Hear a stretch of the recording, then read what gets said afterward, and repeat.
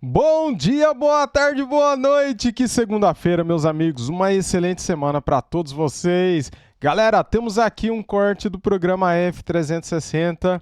Vou acompanhar agora e vamos ver o que eles vão falar do nosso Mengão classificado para a final da Copa do Brasil. Você tá feliz? Você tá contente? Então, dedo no like, me ajuda a bater a meta de 1 milhão de inscritos. Falta 2.000, galera. Muito obrigado a todos vocês. De ontem para hoje ganhamos mais 3.000 inscritos. Então, faltam agora 2.000 só. Me ajuda daí que eu te ajudo daqui com os cortes, cara.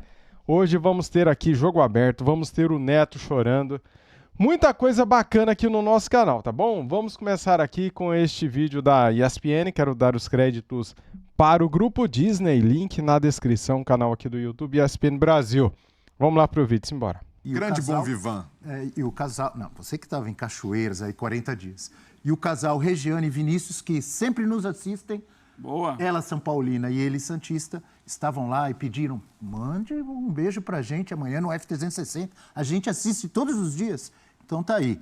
Agora vamos falar de Corinthians e Flamengo, Copa do Brasil, ouvindo personagens do empate que classificou o Malvadão, como diz o meu amigo Edu Ferrão, o Malvadão rubro-negro. Malvadão.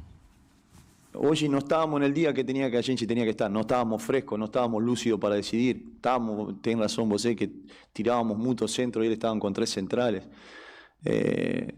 Precisamos tener un poquito más de calma. Creo que en eso defensivamente se agrupó muy bien Flamengo y nosotros no pudimos, tuvimos dos o tres chances, pero no clara como otros partidos. Había mucha presión porque es un partido importantísimo para nosotros. Pero en línea general el equipo le entregou todo.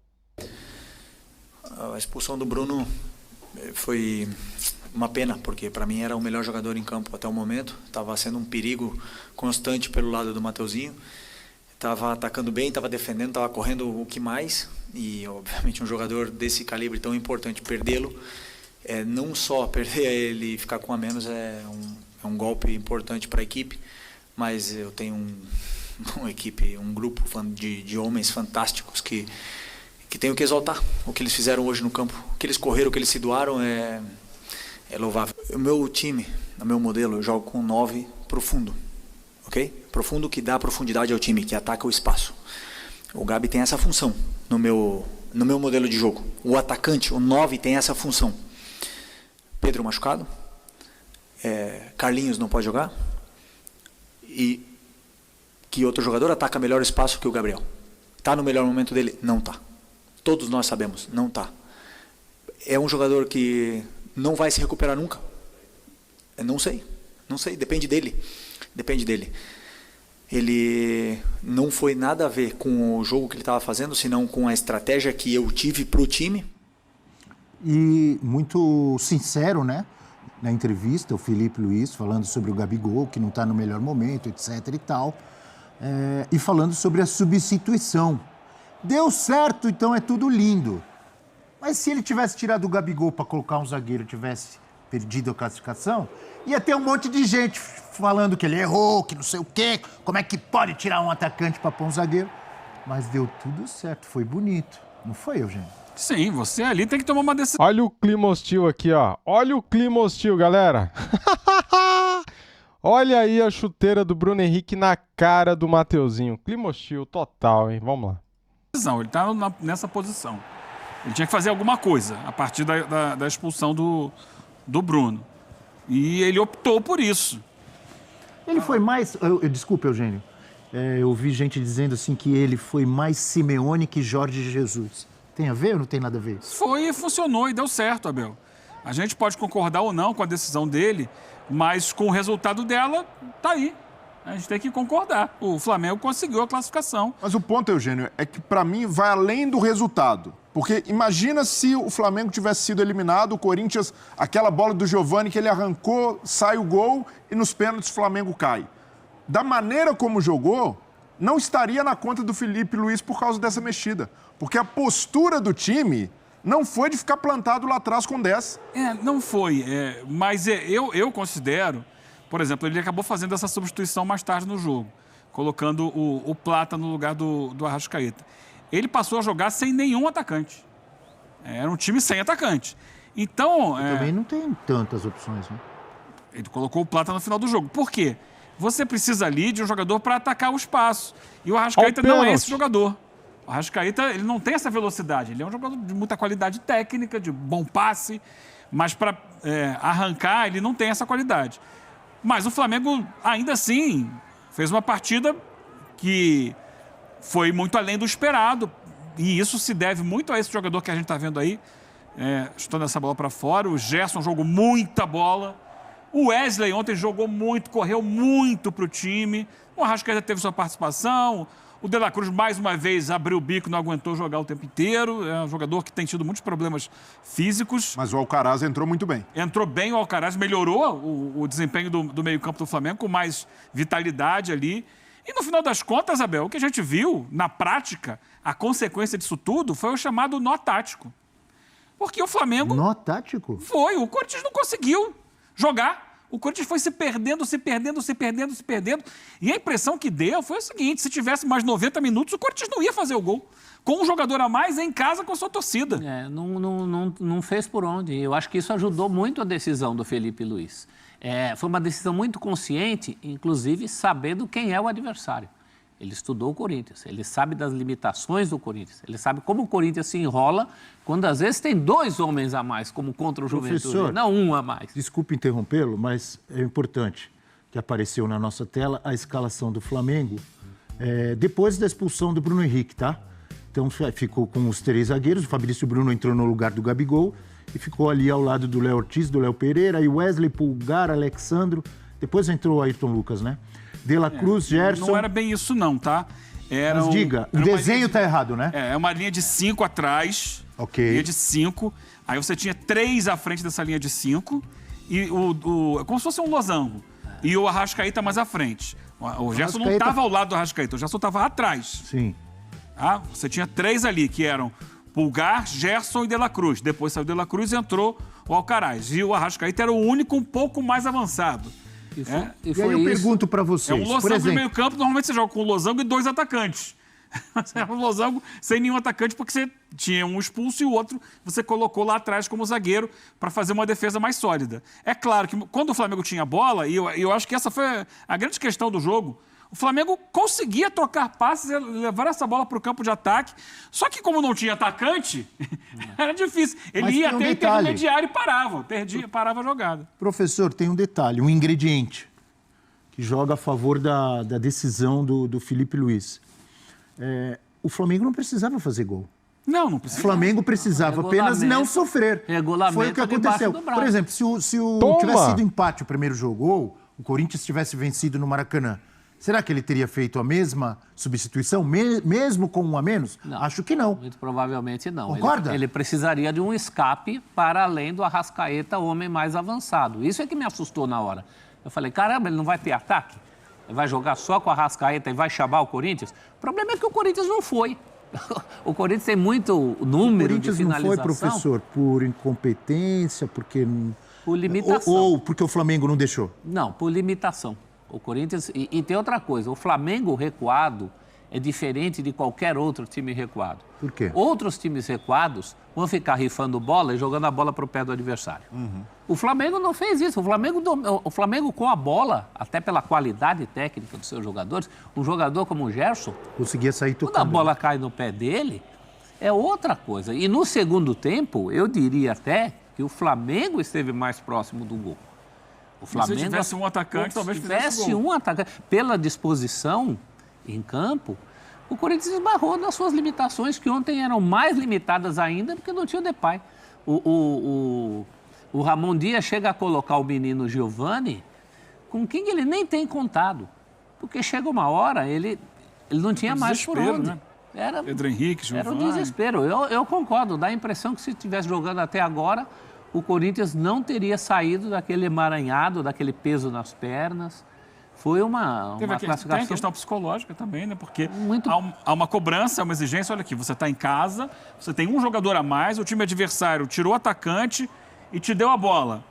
E o Corinthians não soube como se organizar a partir desse momento. Como não tem Foi sabido. ficando cada vez mais tenso. Então, quinta-feira conseguiu contra o Atlético Goianiense. Mas era outra Paranaense. situação. Desculpa, Paranaense. Mas num confronto eliminatório de mata-mata, é sempre bom analisar os dois jogos. E no primeiro, o Flamengo foi muito superior, poderia ter feito uma vantagem maior. Sim. O Corinthians tenta se organizar ali no segundo tempo, mas houve uma superioridade flagrante do Flamengo.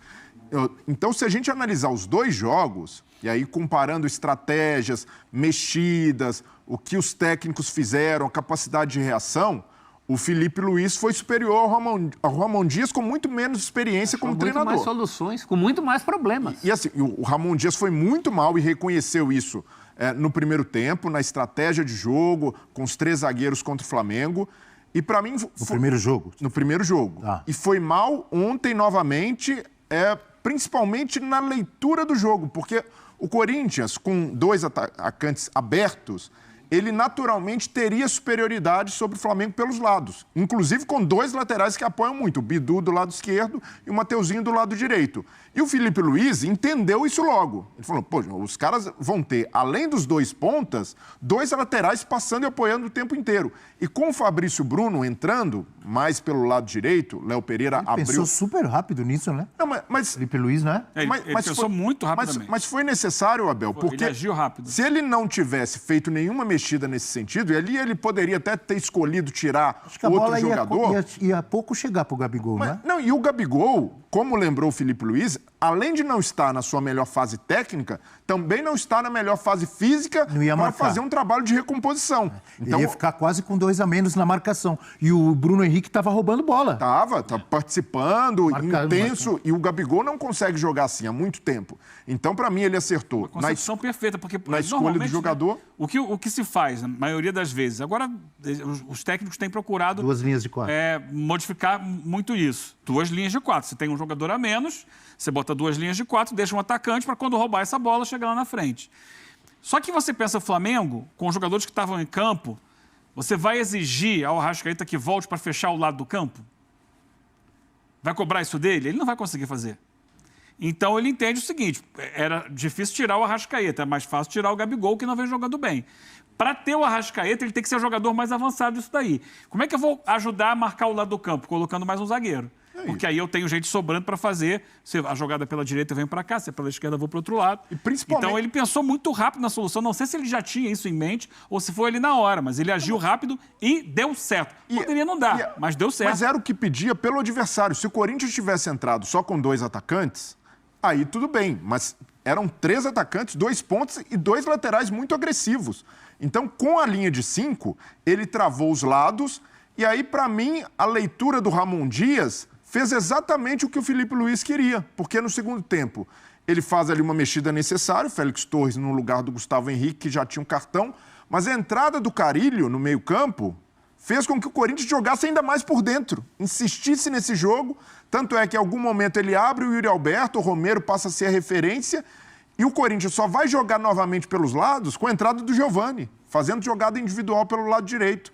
Então, se tornou ainda mais confortável para o Flamengo quando o Corinthians passou a fazer esse jogo por dentro. Então, para mim, o Felipe Luiz foi duplamente superior ao Ramon Dias. Não só por ter pensado rápido, depois de perder o Bruno Henrique, mas principalmente no primeiro jogo, porque mudou completamente a característica do Flamengo. O Flamengo fez uma das melhores atuações no ano.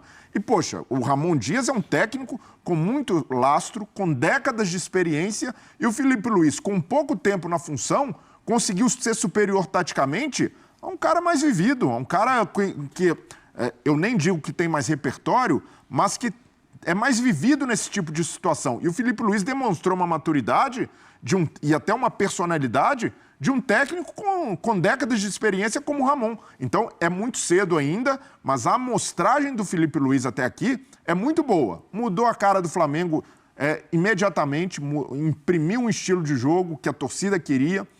Fez com... Calma, o senhor estava de férias, eu lembrei do senhor que no primeiro jogo do Felipe Luiz, você falou que o Flamengo lembrou o Flamengo do Jorge Jesus de 2019. Não, mas não... É só lembrar, é um jogo após o outro, que é um chavão, só que no meio de semana O Flamengo foi mal e perdeu do Fluminense. isso aí. E o Corinthians foi muito bem com o Ramon Dias, atropelou o Atlético Paranaense. No meio de Cada semana, jogo uma história. No meio de semana diferente. O Flamengo focado na Copa do Brasil, entrou com o time, ele conseguiu poupar jogadores, mas até aqui a amostragem do Felipe Luiz é muito positiva. É ideia de jogo que o torcedor já demonstrou que gosta, e até ontem, se não tivesse perdido o Bruno Henrique, o Flamengo demonstrou que não jogaria lá atrás para sentar na vantagem. Pelo contrário, ia jogar para tentar fazer um gol. É isso aí. Além disso, a personalidade que ele demonstrou fazer essa mexida, porque era arriscado sim, ele sabia que estaria na conta dele se o Flamengo caísse. E o principal, depois do jogo, serenidade para explicar por que tomou uma decisão, explicação tática, citando o Gabigol, mas sem queimar o atleta. Então, o torcedor do Flamengo que olha para o time sob o comando do Felipe Luiz só consegue enxergar avanços, só consegue enxergar uma perspectiva muito boa de um técnico que demonstra muito potencial.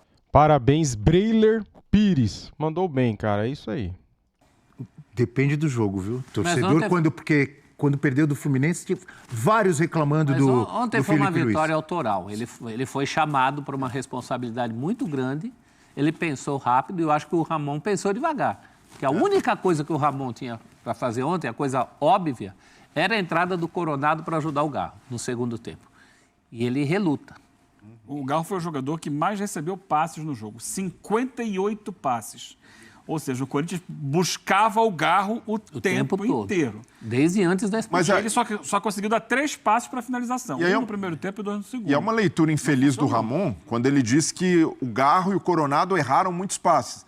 Erraram, é verdade, mas por uma estratégia do treinador que forçou esse jogo pelo meio o tempo inteiro. E não soube ter mais repertório. O Corinthians até tentou, mas errava às vezes no passe, errava na aproximação para a área. Tem uma arrancada no segundo tempo do Yuri pela esquerda que ele chega a finalizar, mas pega mal na bola e tal. Se sai um gol ali, poderia mudar a história do jogo. Eu acho que a grande questão... Teve uma que ele chutou de pé direito, que ele praticamente atrasa para o Rossi. E teve outra que ele mandou de canhota, ia ser um golaço. Aí o Rossi fez uma defesaça. Então foram duas. Bem lembrado, 2 chegadas. Ele teve ali algumas situações. Eu acho que o grande problema, o maior dos problemas do Corinthians no segundo tempo, foi não conseguir impedir que o Flamengo saísse para o campo de ataque.